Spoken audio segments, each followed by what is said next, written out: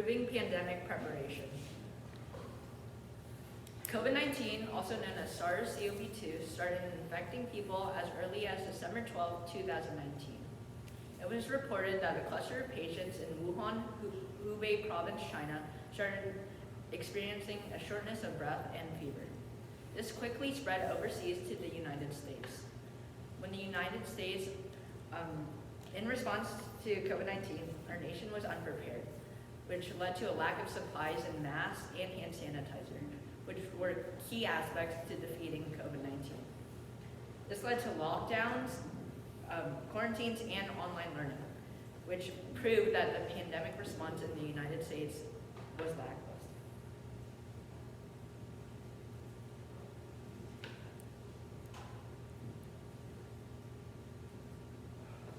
According to the New York Times, the first death in the United States from COVID-19 and related symptoms was on January 9th, 2020. Also according to the New York Times, on January 30th, 2020, the World Health Organization, or WHO, released a global health crisis.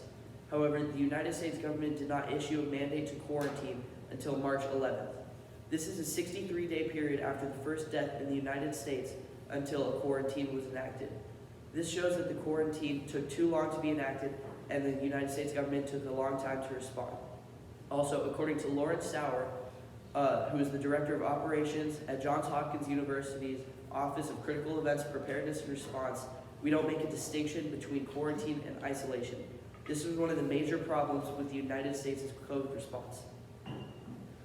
Also, if we compare the United States response to Norway's response, who is the current leading country with the lowest number of United States of COVID deaths, according to the Worldometer, who has 2,100 deaths in all of the country and has 86% of their adult citizens vaccinated. Citizens were more willing to cooperate with the government, which was a major part of why their response was so successful. Also, according to Antoine Poirier, who is a PhD fellow at the University of Oxford, Norway's government adopted a humanitarian response, which focused on the citizens leading semi-normal lives while still adapting to COVID.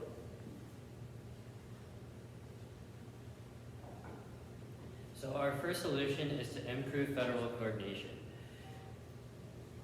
Within our system, we identified two main areas that we needed to improve upon so then we could have increased coordination. The first is communication. According to Bernadette Wood from Queensland University of Political Science, the best way to get a message across to a large audience is by having a consistent message. During the pandemic, we did not have a consistent message throughout the states. By having a consistent message, we can get rid of discrepancies or misunderstandings between state policies. Another area in communication that we lacked in was with medical supplies. According to Richard M.J. Bomer, a New Zealand-trained physician at Harvard University, he says that we could have better managed our medical supply by having a short-term demand, by having a short visibility into the short-term demand future of medical supplies.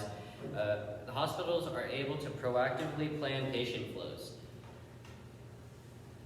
The second main area that we lacked in was the economy. According to the Pew Research Center, the U.S. is in a $3.7 trillion deficit. This directly correlates to the GDP graph, or the gross domestic product graph shown at the top left. On the graph, you can see a dip. Despite that we are recovering from this, we want to prevent this dip. In order to do this, we have to have a new financing mechanism. According to Wolfgang Hein, head of GIGA research program, we need a new mechanism that finds economic preparedness gaps in places such as research and development. However, the only way to be economically prepared is by saving money. This leads us to the pros and cons. For the pros, we have increased communication. With this, we are able to track the virus better. Also, we are more prepared with our economy and with our coordination. Some of the cons, however, is inconsistent messages, these are almost unavoidable due to the constant changing nature of the virus. Our second con is the high cost. According to David Cutler from Applied Economics at Harvard University, he says that it would take a lot of time and money to save enough for the next pandemic, since we have spent upward of $16 trillion on the pandemic from the US alone. Our final con is imperfect demand forecasts. This cannot be prevented because we cannot predict the future, and there can be overloads of patients at almost any time. The second solution we came up with is to identify the vulnerable groups within a population. Now, this is seen most clearly in the form of comorbidities, which according to the CDC are one or more conditions that increase the risk of a virus such as COVID-19. Now, this was clearly seen with COVID-19 as 95% of total COVID deaths were a result of comorbidities.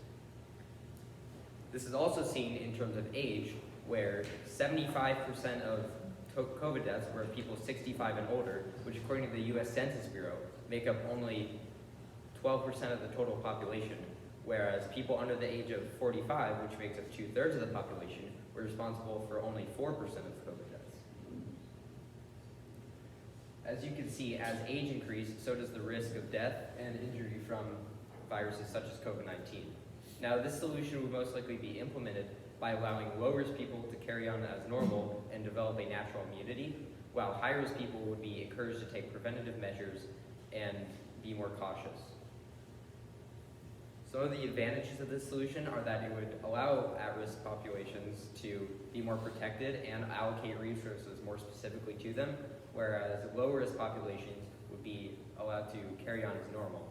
Whereas the disadvantages would be that it's difficult to track and it would be nearly impossible to perfectly work for every single individual, as each person has different conditions that affect their risk factor. To sum up all things that have been stated so far, pandemic preparation for the United States is a difficult task. One solution is to improve federal coordination. This would better improve coordination and improve tracking of cases around the nation. This would lead to a more prepared nation.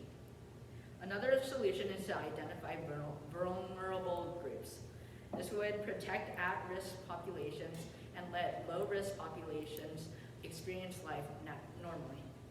Our first solution proved to be more feasible because it was easier than tracking 329.5 million individuals, and it was allowed us to be more prepared at a quicker pace.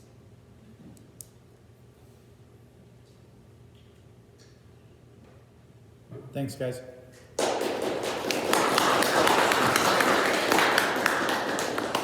Terrific. I got a few questions for you. And the way you guys are standing, you'll be student 1, 2, 3, and 4. So we'll start with student 1 all the way at the left.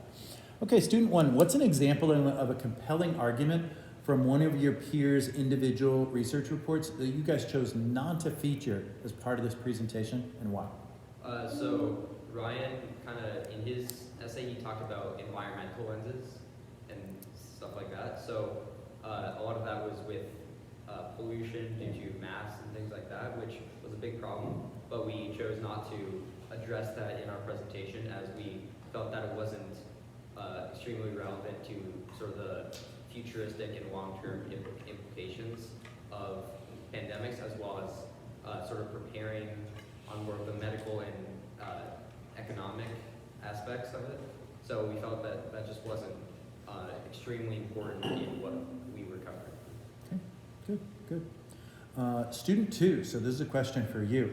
How did the group decide to include student 1's perspective in the conclusion? So, like, your conclusion was that, government intervention and preparedness would be the best way to handle it. What did student 1's research have to say about that conclusion? So, student 1, he talked about, Ryan, he talked about the economic lens, and we included it in our conclusion because in our first solution, we talked about how the economy and communication was key to increasing coordination. So in our solution, we felt that having a better economy would best help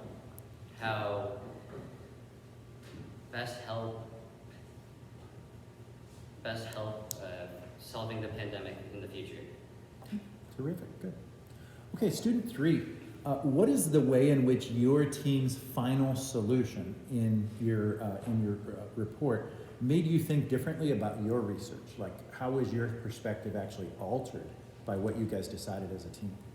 So my research was from a scientific lens. So I focused on how with COVID-19, it introduced the first mRNA vaccine. So I was focusing on new vaccines and new ways to prevent the spread of COVID-19, while our group, we focused sort of on how our nation and our government can help provide feasible solutions to prevent the spread of COVID-19. Okay, good. And then finally, student 4, if you guys had a 5th team member, right, what additional perspective, in addition to all the ones you guys explored, do you think would have helped to make your presentation deeper, richer, to provide a better access to your solution? What perspective was missing from what you guys had? So I think that one of the most helpful perspectives that we did not have in our presentation was cultural, because as we all know, the COVID-19 pandemic divided the United States mainly between political parties. And so a deeper, like a paper on the in-depth tracking of how that affected different citizens based on their political affiliations or where they might live even, I feel like that could have helped us come up with responses, because that's a major part of why the pandemic took us so long to respond to. Terrific. Hey, thanks guys. Congratulations, you're done.